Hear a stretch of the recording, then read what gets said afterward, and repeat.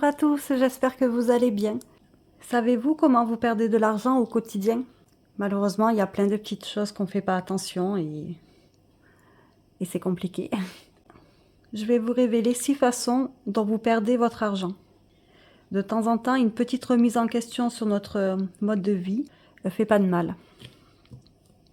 Donc voici 6 façons dont on perd notre argent.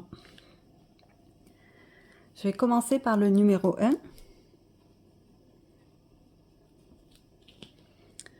Les objets inutilisés.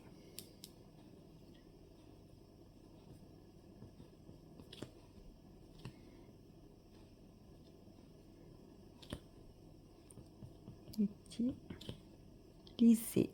Notamment, quand on parle d'objets utilisés, moi je parle des affaires qui peuvent traîner dans des garages ou dans des caves. Et des objets, des affaires qui prennent la poussière, simplement. Ça s'abîme avec le temps, parce qu'à un moment on va pour prendre l'objet, il commence à faire des miettes, des choses comme ça, quoi. C'est des choses qu'il ne faut pas garder, ça sert complètement à rien. Mettez ces objets en vente, même si vous les vendez à des petits prix. N'oubliez pas qu'une petite somme plus une petite somme égale une grosse. Donc des fois on peut être embêté, non, ça coûte plus cher que ça, je veux le vendre à ce prix-là, certes. Après, la personne elle fait quand même une bonne affaire, mais nous, on perd rien. Parce que l'objet sinon il finira à la poubelle en même temps. Donc vraiment, vendre tout ce qui nous sert à rien. Et ça permet de faire de la place chez soi, ça permet de faire aérer en fait la maison. Et c'est très bon pour le moral. Moi, j'essaye, parce qu'après, entre le travail, des fois, on n'a pas forcément le temps de trier ou de faire des annonces, mais j'essaye vraiment le plus possible. Ensuite,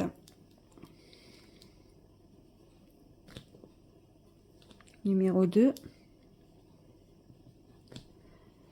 les abonnements.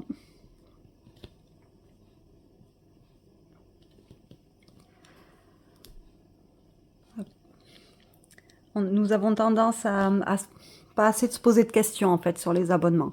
De se dire, ben, ça roule, tout marche bien, j'ai pas envie de m'embêter à tout, surtout quand c'est des appareils comme les box ou quoi, à tout débrancher, attendre que l'autre arrive, tous ces petits détails-là.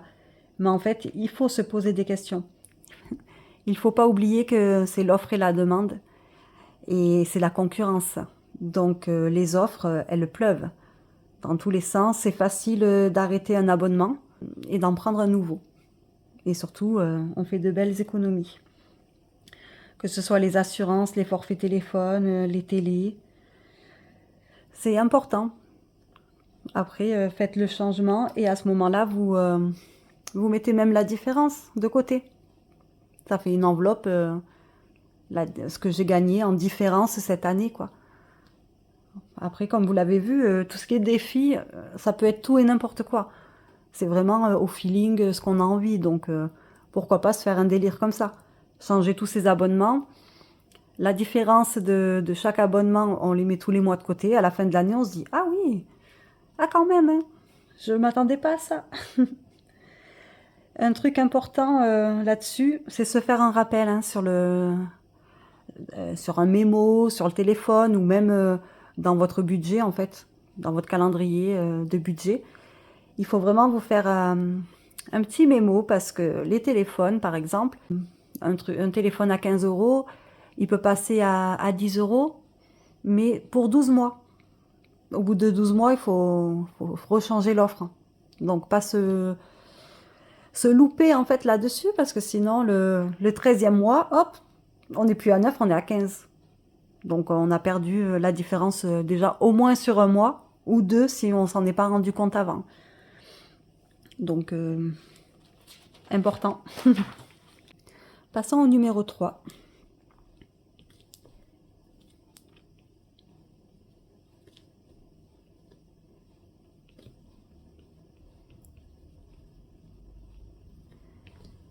Les dépenses.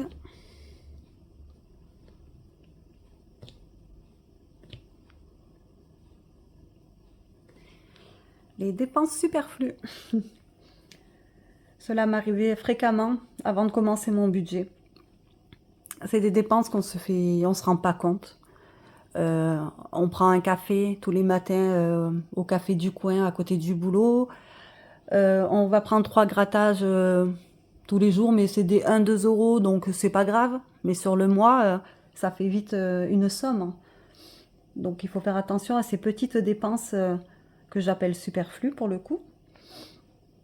Et après, on se dit, mince, qu'est-ce qui s'est passé sur mon compte? Je comprends pas pourquoi je pensais avoir plus d'argent, mais c'est ces sommes-là qui font baisser. C'est pour ça que faire son budget, comme on fait là avec la méthode des enveloppes, c'est super.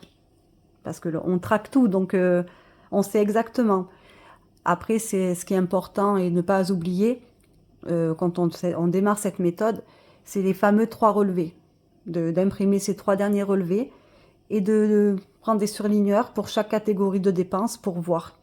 Parce que celui qui va se prendre 3-4 grattages par jour, à la fin du mois, ça fait pas mal. Donc quand il va commencer à surligner, tac, tac, tac, il va dire, ouh, quand même, là, je dépense beaucoup trop là-dedans.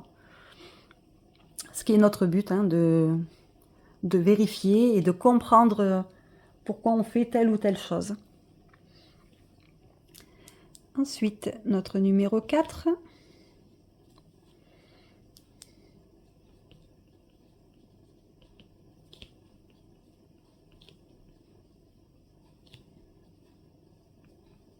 Les frais de banque. Et oui, on en parle souvent, mais pas suffisamment aussi. Les frais de banque, ça c'est important. Moi, je sais que les banques en ligne, les frais sont limités. Des fois, il n'y a même pas de frais de tenue de compte. Et pour les cartes bleues, c'est pareil. Il y a beaucoup de banques, parce que c'est encore une histoire de concurrence aussi, qui font la carte gratuite. La première carte, après, bien sûr, ils ont plusieurs abonnements. Et même, ce qui est intéressant aussi, c'est les cartes virtuelles. Parce que c'est bien d'avoir plusieurs comptes. Et avoir sur le deuxième compte, au lieu de payer des frais de carte, parce que la carte est gratuite, mais si on ne fait pas tant de retraits par mois, elle devient payante. On prend une carte virtuelle, ça peut être pas mal aussi. Après, moi, je voulais vous conseiller aussi pour les personnes voilà, qui ont des découvertes, qui ont un peu de mal, les banques prennent pas mal de frais.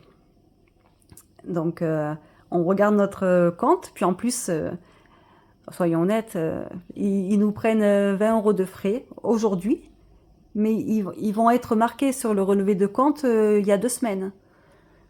Donc, c'est pas logique, mais en fait, à chaque fois, il faut aller regarder plus loin quand on ne comprend pas aussi la somme sur le compte, pourquoi elle a bougé.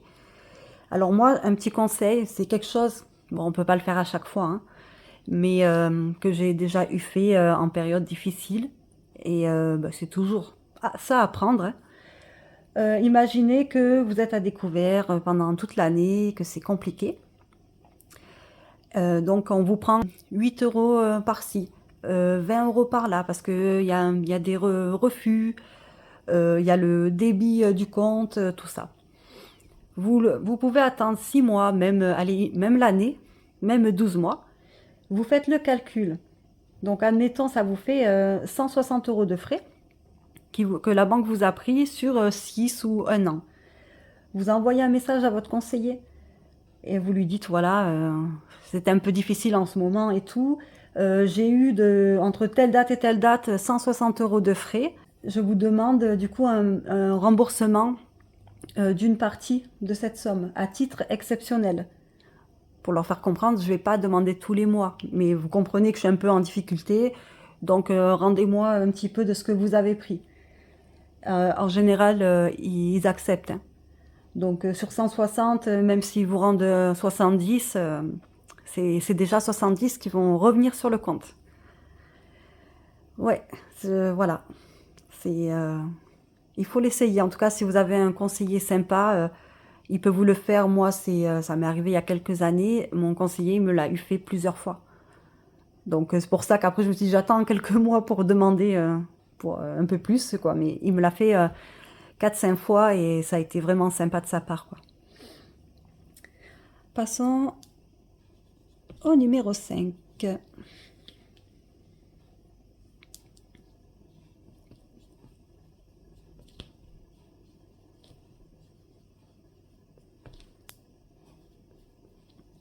État des lieux du stock.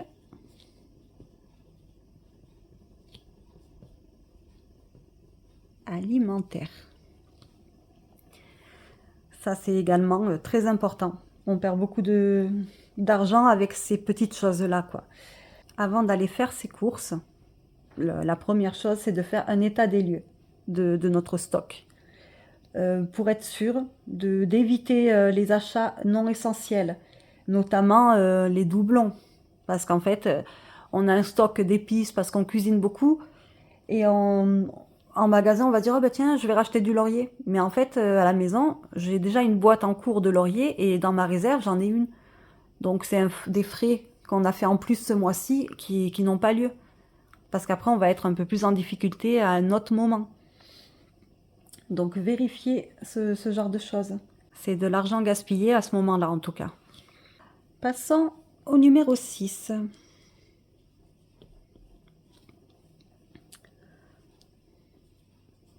Et celle-là, c'est quand même celle qui fait le plus mal. Vraiment.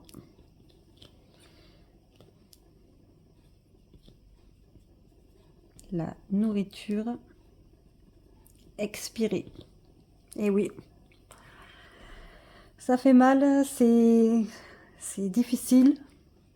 Tout a tellement augmenté, tout est tellement cher que ça fait vraiment mal au cœur. Donc il faut l'éviter absolument, quoi. Non au gaspillage. Ça, on a beau le dire, mais non au gaspillage, quoi. Régulièrement, faites le tour de votre frigo pour éviter de perdre un produit qui est périmé. C'est là une perte d'argent, forcément. C'est une perte de produit. Alors que en faisant un suivi, on ne perd pas ces choses-là. Déjà, simplement, des yaourts, on le sait, on va mettre les dates les plus récentes, ceux qui vont se finir le plus tôt au devant, et au plus loin, ceux qui vont se finir le plus tard. Ça, c'est des choses qu'on fait quand même couramment. Mais quand on achète des choses assez fraîches, il y a quand même des dates à suivre. Parce qu'au moment où on veut le faire, on voit que la date est plus bonne. Et si ça fait un jour, bon, ça passe. Mais si ça fait plus, on met à la poubelle. Du coup, ça c'est pas terrible. Après, moi, par exemple, pour éviter de perdre un produit, notamment, je vais prendre l'exemple des oignons. J'ai des oignons, je vois qu'ils commencent à être un peu fatigués. Donc, on sait qu'après, ils commencent à pourrir et à se perdre. Eh ben, je les prends dans le week-end que je trouve un petit moment. J'épluche tout ça. Je mets dans mon robot pour faire des lamelles et je mets dans un sac de congélateur. Ça fait que je gagne du temps pour la prochaine fois que je vais cuisiner. Je sors mon sac, je prends une poignée d'oignons et je peux mettre dans mon plat. Donc, au final, on gagne du temps à ce moment-là et en plus, on n'a pas perdu notre produit. Donc, on ne peut pas le faire avec tout, mais avec certains. Moi, je le fais aussi pour les poivrons. Je vais prendre le temps de couper mes petites lamelles ou par rapport au plat que je prévois de faire dans la semaine, par exemple, je coupe mes petites lamelles, je mets dans un sac pareil au congèle et je les ressors, ils sont nickel. Donc vraiment, faites ça. Je vous conseille également, pour celles qui ont les appareils, de sous-vide, les appareils sous-vide. Là, moi, je voulais me pencher dessus aussi. Appareil sous vide, ça permet de garder le produit frais. Et ce qui se perd quand on a une grande famille, qu'on a beaucoup de choses dans le frigo, par exemple, c'est des salades qui vont vite se faner. Donc, en mettant sous vide, il est possible qu'on puisse la garder fraîche plus longtemps. Voilà les 6 façons dont on perd de l'argent. Il est temps pour moi de vous laisser. On se retrouve très vite. Prenez soin de vous et à bientôt. Au revoir.